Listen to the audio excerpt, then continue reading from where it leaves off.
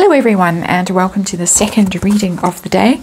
I am sticking with the Halloween Tarot for this, even though we are on I think it's the 20th of April today. It is the Queen's birthday tomorrow. And I don't know if it's going to be a very happy birthday. We'll have a look tomorrow. But for now, we're going to stick with the NBC interview that Harry did. Some very strange things coming out of there that make one scratch one's head and wonder what on earth he is thinking. How deluded is he really? And this reading is going to be on his announcement that he is the Queen's closest confidant. She talks to him, she tells him things that she can't tell anyone else. He makes her laugh, always. And he is making sure that she is surrounded by the right people influencing her and looking after her. And with that, he has dismissed, with a wave of the hand, those rather tiny hands, he has dismissed Princess Anne, Prince Andrew, who visits the Queen every day, Prince Charles, Prince William, Sophie, who also apparently visits the Queen very regularly, Angela Kelly, who has tea with the Queen every day. Dismissed all of them. And Prince Harry, is the only one who counts, the only one she talks to, she trusts, she confides in, the only one who is looking after her interests. Really, people are saying, okay, first of all, not necessarily mentally very well, and I have to say again that I am not a mental health expert. I am not claiming to diagnose Prince Harry. I am reading cards, tarot cards, for entertainment purposes. This is all just my opinion, and there is a disclaimer down below. So, got that out the way. 5-card reading with these cards to see what is going on, how deluded he is in terms of his relationship with the Queen, how he sees it, how she sees it, how the meeting actually went with the Queen. Allegedly, he wasn't alone in that meeting. Prince Charles and Camilla were also there. So it wasn't Harry sitting with Granny and making Granny laugh. It was Harry sitting with Granny and Prince Charles and Camilla and possibly Meghan, although people are all saying Meghan was left out, sitting in a corridor, in a hallway, watched by footmen. And then they are also saying, people are saying that the reason Prince Harry is saying all of this is to get ahead of bad news that he was possibly told in that meeting. Bad news that might be coming down the pike, such as Prince Harry is no longer going to be a Counsellor of State.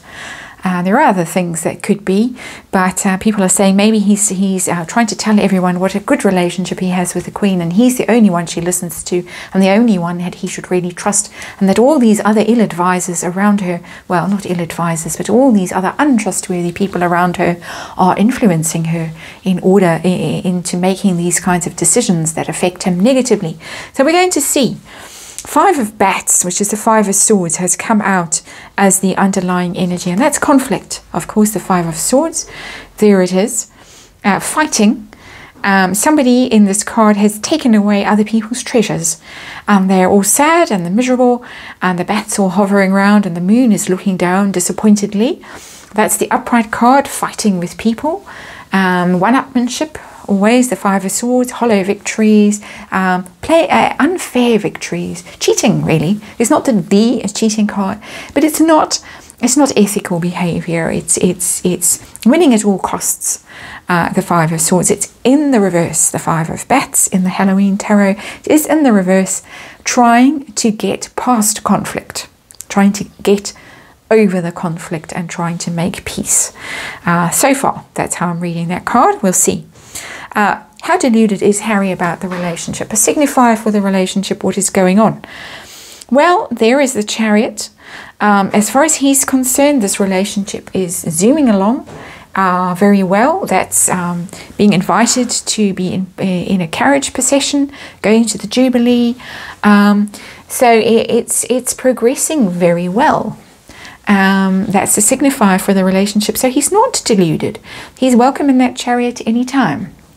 The Chariot does unfortunately have a bit of a look in this Halloween Tarot of a hearse, but that's not the energy that's coming off that card. It is literally, you're welcome in this huge big Bentley or whatever it is the Queen drives around in or is driven around in, anytime you can hop in and come along with me for the ride.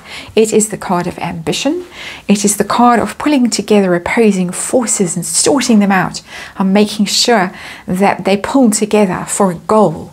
The Chariot is very goal driven, and so the relationship is goal driven, and the Queen perhaps in this card is the one putting together the opposing forces and saying, come on, get in this chariot with me, drive with me, stay with me, move forward with me, instead of wandering around lost in the wilderness or lost in Montecito as you have been at the moment. So no, he's not deluded about it from that point of view. The Queen wants him in that chariot, that's for sure, and he wants to be in that chariot equally for the power and the glory, Netflix deals and all of that.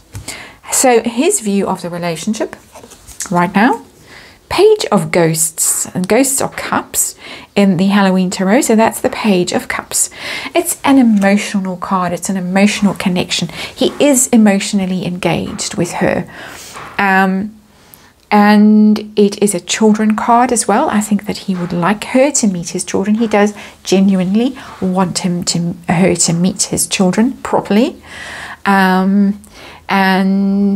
it's emotional communication. So he might have got a little bit tearful and at the thought of it, and particularly when he saw her in the state she is in, it might have been quite overwhelming for him even emotionally. But that fish in the cup that the Page of Ghosts offers is sometimes viewed as an apology, but it is an expression of love, it's an expression of affection. So he genuinely feels affection towards Her Majesty. He does genuinely care about her.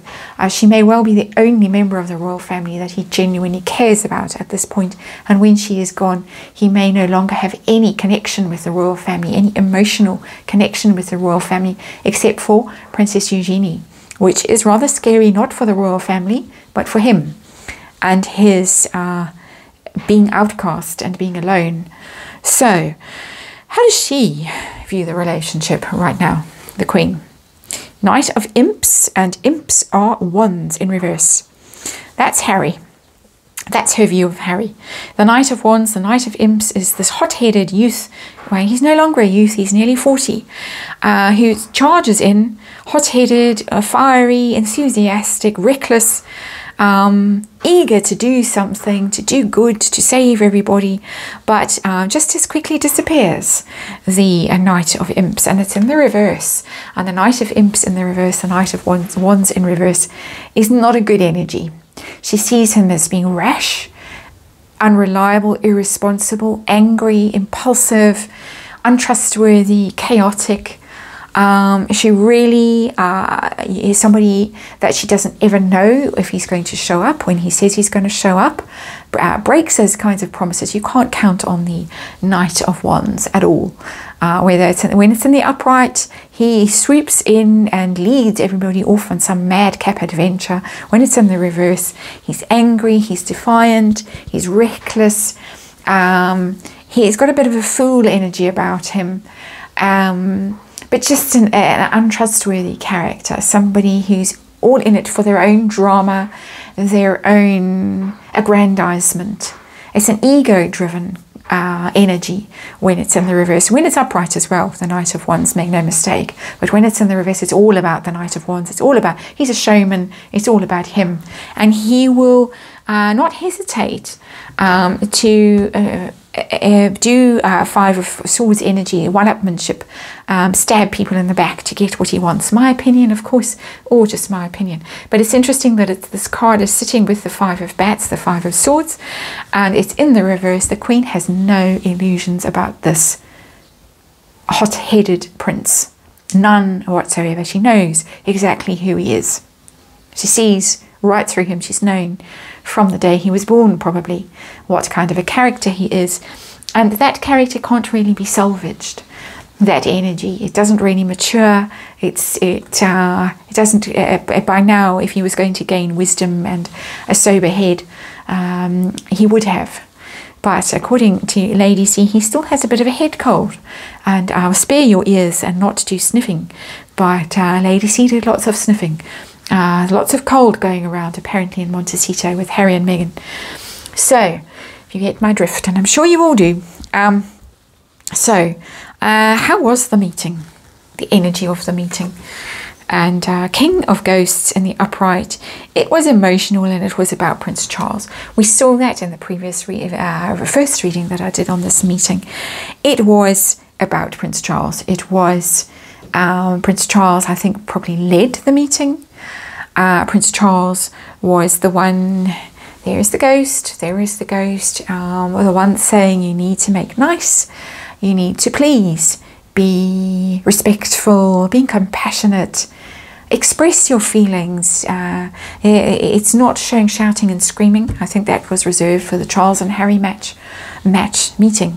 Freudian slip there. It was a match between two kings in the reverse, as I saw in a reading I did yesterday. But this King of Ghosts, King of Cups, it was please control your emotions, be compassionate, be diplomatic, be kind. So there was some effort. I think Prince Harry made some effort to do that, and confirmed by this Page of Cups his energy, and confirmed by the fact that the Five of Swords is in reverse. And I said I would check in with that card again during the course of the reading, which I'm doing right now. And yeah, it is definitely trying to get over the conflict. So when they were all having tea with the Queen, all 5 minutes of the tea party, there was at least some effort, some semblance of decorum, and being polite and just pretending to be nice to each other. I'm sure once they'd walked out, or wherever they were having tea with the Queen, it was back to fighting again and sparring. But that is the energy of that meeting. So she at least didn't have to see the real horror and the real nastiness, but she knows it. She doesn't have to see it. She knows it. For those of you who are doubting, who think that he can wrap around his finger, and I know I'm one of the doubters, it's telling me no, she sees it. She sees him for who he is. She knows all his flaws, his weaknesses. She knows, I think, basically he is beyond redemption, even though she would like him back in that chariot. I suppose safely back in that chariot where he can be protected and sealed off from outside influences. Cough, cough, for that influence, and most particularly he needs to be sealed off from. But the final question for this reading is something bad coming down the pike for Prince Harry? Was he given bad news about his future role in the royals? It's been made very clear. Of course, people briefing and counter-briefing, the press having a field day with all these leaks from both camps, or I'm sure there's probably about 10 camps leaking at this point. But a lot of people saying that they have been invited to the Jubilee, but not to any formal engagements, any engagements that the working royals will be on display at, carriage rides, things like that. They will be there on the balcony because it's a family occasion, but they will be there only as family members. So that's already pretty negative, but there's worse coming down the pike for Prince Harry that he's trying to get ahead of.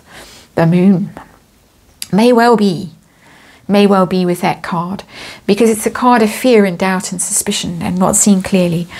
That wolf is howling, is looking at the castle, and the moon card is about secrets. It's about things rising to the surface, things that you want to suppress, rising by that magnetic attraction the moon has. Pulls, and it pulls all these things up. There's the lobster or whatever it is that's being pulled up in this energy, and there is this rather harrowing face there, that death face, looking anxiously at the castle. I think there is something coming down that Harry knows about. He's been told, and it was said, I think Neil Sean was the one who said very confidently, authoritatively, that when the Queen gives bad news to people, she gives it face to face. She wouldn't give it in a Zoom call to Montecito. She wouldn't release it in the press. She would tell Harry and Meghan face to face, you're out. You're out as councillors of state. I don't think you're out as prince or duke, or you're out of the royal family and you never darken our doorstep again. She wants him in the chariot. She wants him back in there. But this is a rather encouraging sign that there might be some disgrace coming for Prince Harry. The moon is shame. It's your shadow. It's bad behaviour. It is things that you don't want people to know, but they find out eventually, because you can't hide forever. It does get revealed, and I think we are, despite this blizzard of PR from the Sussexes and from Netflix, allegedly, we are going to hear something in the coming days. Moon, maybe a month before the Jubilee, we may well hear something that does not reflect well on Prince Harry and Meghan Markle. They may be out at some quite high level from the royal family, that white castle with the turrets in the distance that this creature is looking at with a ripped shirt, tearing his shirt, looking so anguished. That was this wild, rough beast slouching towards Buckingham Palace, slouching towards Windsor Castle. I don't think he got the reception that he wanted, that he is trying desperately to tell us he got in this ridiculous interview with the NBC lady. I'm sorry, I can't remember her name. I'm not an American. I don't watch American TV of that kind anyway. Those kind of news programs. So I just have no idea who she is. But there it is. There's the reading. Some glimmers of hope for us, hopefully. But thanks for watching, and I will see you tomorrow. Never-ending readings on this subject still to get through.